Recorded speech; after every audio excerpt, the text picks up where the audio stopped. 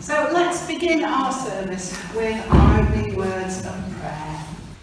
God of all life, God with us, we gather to renew again our stewardship of your creation.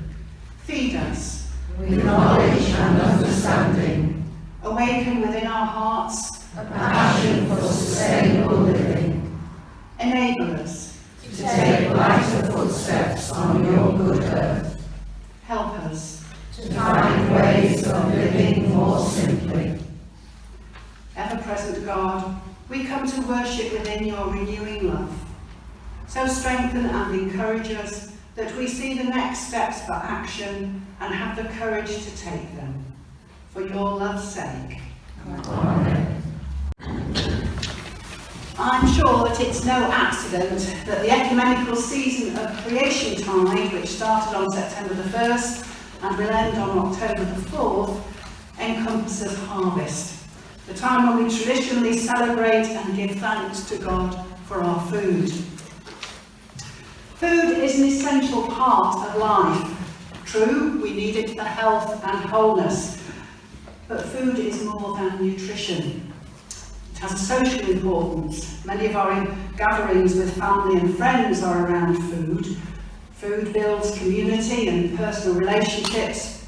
It's a way of expressing love and nurture. The central act of the Christian faith is the commemoration of a meal with broken bread and wine outpoured. And food is essential to many livelihoods. Growing it, processing it, shipping it, selling it. And there's also an ethical dimension to the food that we eat. How has it been produced? Who's been involved in its production? Where has it come from? What's been the cost? And not just in terms of what we pay at the checkout, but the cost to those involved in producing it, the cost to the planet. In the past, harvest was a time for celebrating the gathering in of the crops, the harvest, food from the local fields around, which would sustain families until the next harvest. Now, of course, we're not so seasonally or geographically bound, as we can by and large get all kinds of food all through the year from all over the world in our local supermarkets. Wonderful, great, is it? This evening I'd like to share with you some of the food issues I've been grappling with over the past months. Not to offer you any answers, because I'm still grappling with them, but to raise questions that you might wish to grapple with too, and maybe over time we can share conversations about. And it's come from this book, Avocado Anxiety. So before I say more, we're going to listen to some verses from St. Luke's Gospel that Barbara's going to read for us. Just then, a lawyer stood up to test Jesus. "Teacher," he said, "what must I do to inherit eternal life?" Jesus said to him, "What is written in the law? What do you read there?" And he answered, "You shall love the Lord your God with all your heart, with all your soul, with all your strength, and with all your mind, and your neighbour as yourself." And Jesus said to him, "You have given the right answer. Do this, and you will live." But wanting to justify himself, he asked Jesus, "But who is my neighbour?" So let me introduce you to Joshua Etienne. Joshua lives in the Rift Valley part of Kenya. There the land is very fertile, and like many other people, he tried to make his living from growing maize. But that barely met his or his family's even basic needs. After 6 months' labour on the land, he would barely harvest 4 90-kilogram sacks of maize. So he had to supplement his meagre income by taking on casual jobs on neighbours' farms. He couldn't afford the basic cost of uniforms and equipment to send their children to school. But Joshua had little choice. The country had a high unemployment rate amongst the under 35s, Agriculture offered the best hope for many, but traditional maize farming was failing to provide money or nutrition for a family, partly due to changing weather patterns and depleted soil quality. But then in 2016, the charity Farm Africa started the Growing Futures project, specifically aimed at helping young farmers in Western Kenya improve their livelihoods by growing other crops.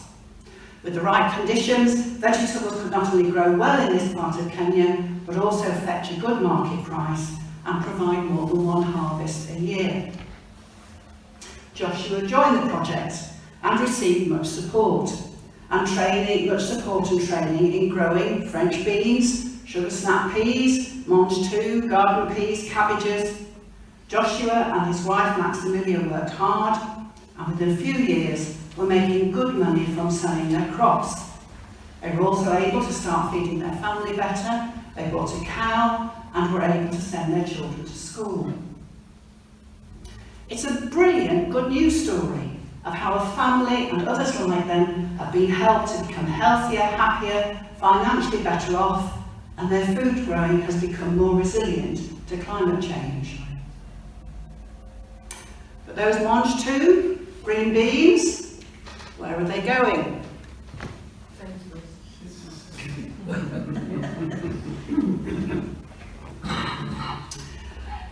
I got a pack of mange tout a little while ago from Sainsbury's in Northwich, and they had been grown in Kenya. It might even been grown by Joshua and Maximilia, I like to think.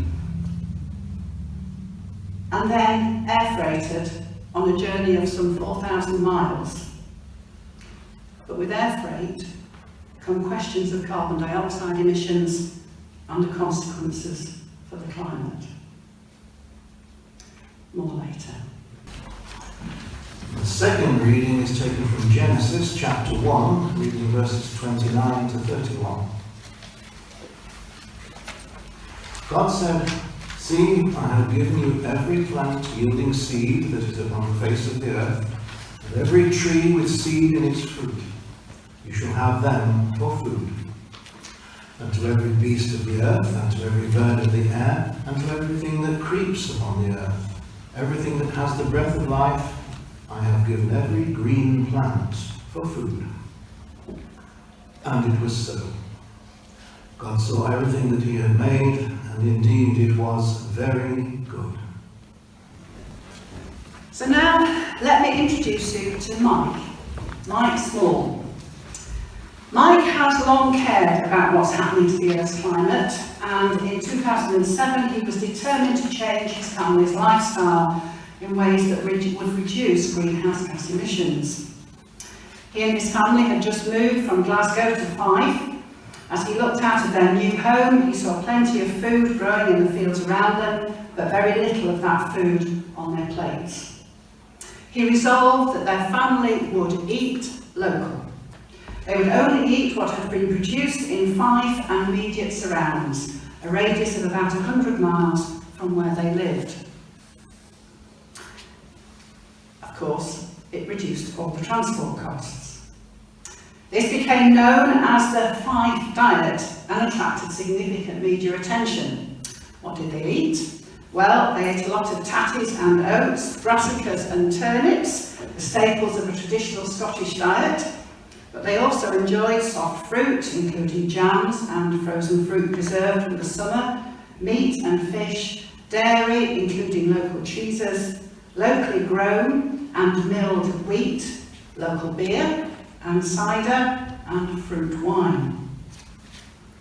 Mike had started something. His Fife diet started a movement that invited people to only eat local food, and it became Europe's biggest food initiative, with copycat local food revolutions popping up across the British Isles. Even supermarkets started to use air miles as a badge of honour or dishonour on their packaging. It proved to be a positive experience for many. Yes, the transport costs of getting their food were reduced, and that contributed towards reducing carbon emissions in the atmosphere. It also helped the local economy, and people found it quite life-changing because they were sourcing their food more locally, they felt more rooted in their locality, It connected them to the seasons. It encouraged them to try new recipes with just what they had. It generated more social interaction, and it took the stress out of facing the vast array of choice found in a supermarket. A second good news story. But Mike did have to admit that whilst Fife and the surrounding areas offered enough food for the family to live, the additional effort it took to eat only local had a significant impact on the time and lifestyle of two working parents.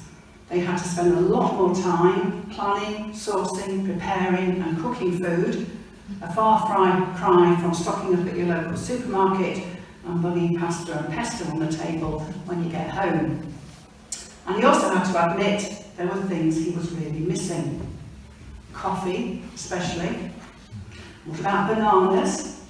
Chocolate? Oranges? None of those grew within 100 miles of his home. More later. Our food system is complex. Whilst air freighting fruit and veg from Kenya is a source of greenhouse gas emissions, Farm Africa has helped more than 4,000 young farmers in Kenya to enter the export growers market and farm veg for sale in the UK. Most of the suppliers are small producers like Joshua and Maximilia, whose lives have been transformed by the opportunity to diversify their crops.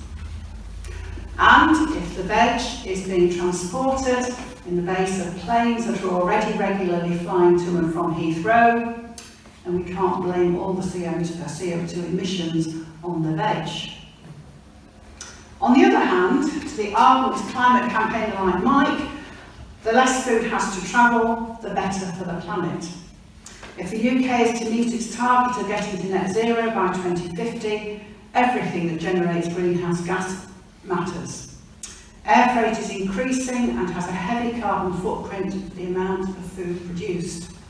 And even in the UK, food transport in the UK takes up a large proportion of our carbon footprint because of all the greenhouse gases used to transport food around the country. Not just big delivery trucks, but also the increasing number of car journeys taken to pick up food from shops and supermarkets. Mike would argue that the less food has to travel, the better for the planet.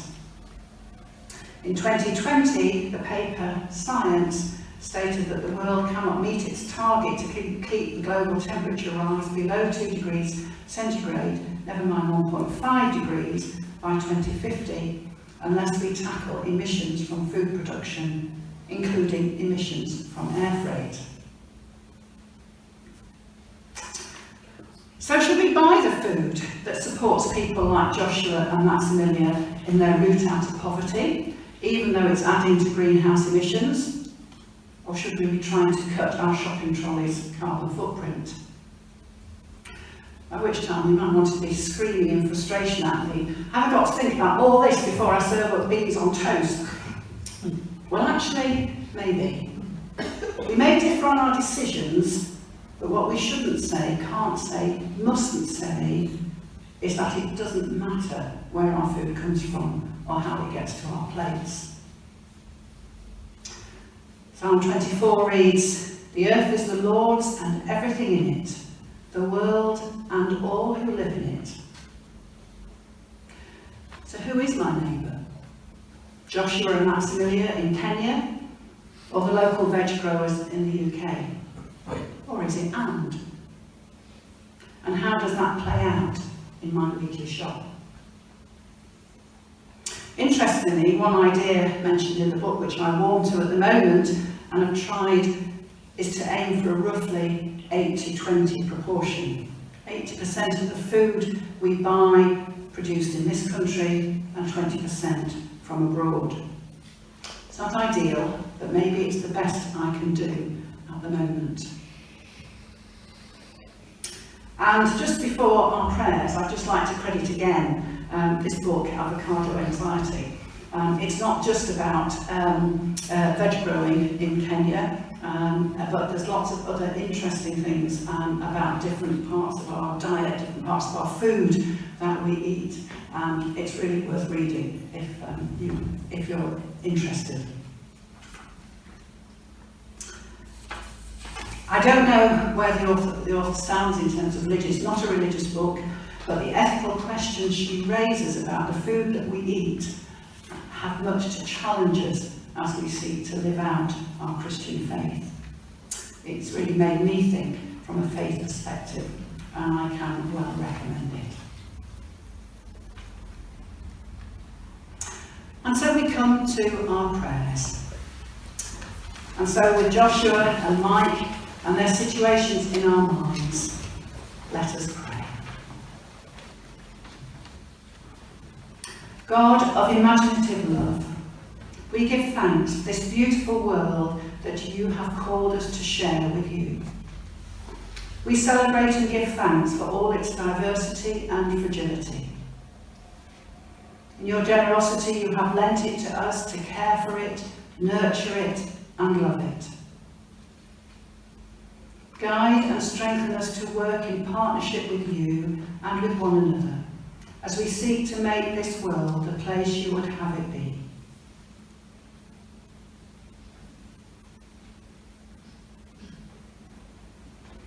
We thank you for our food and for all the benefits that come from that, nutritionally, socially, and spiritually. We thank you for the work of all those whose livelihoods depend on food production, those who work on the land and on the sea, and those who play a part in getting the food from its source to our tables. Help us to make wise decisions about the food that we eat.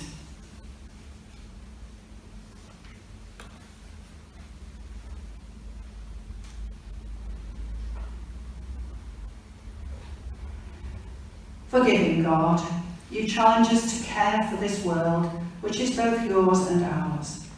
Yet sadly we abuse it in so many ways.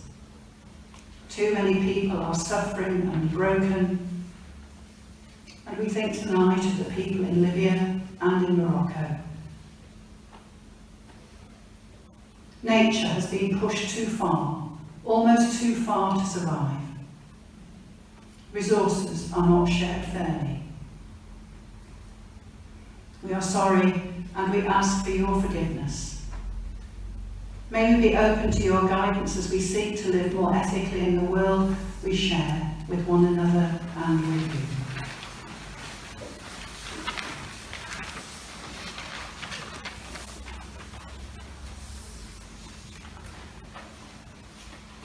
We pray for those in our world who do not have enough to eat, for those who can only make a meagre living from growing food, and for those whose land use has been harmed by climate change. We give thanks for the work of aid agencies, seeking to enable those who are struggling to make a better life for themselves. Together, may we learn how to live well in partnership with you and with one another.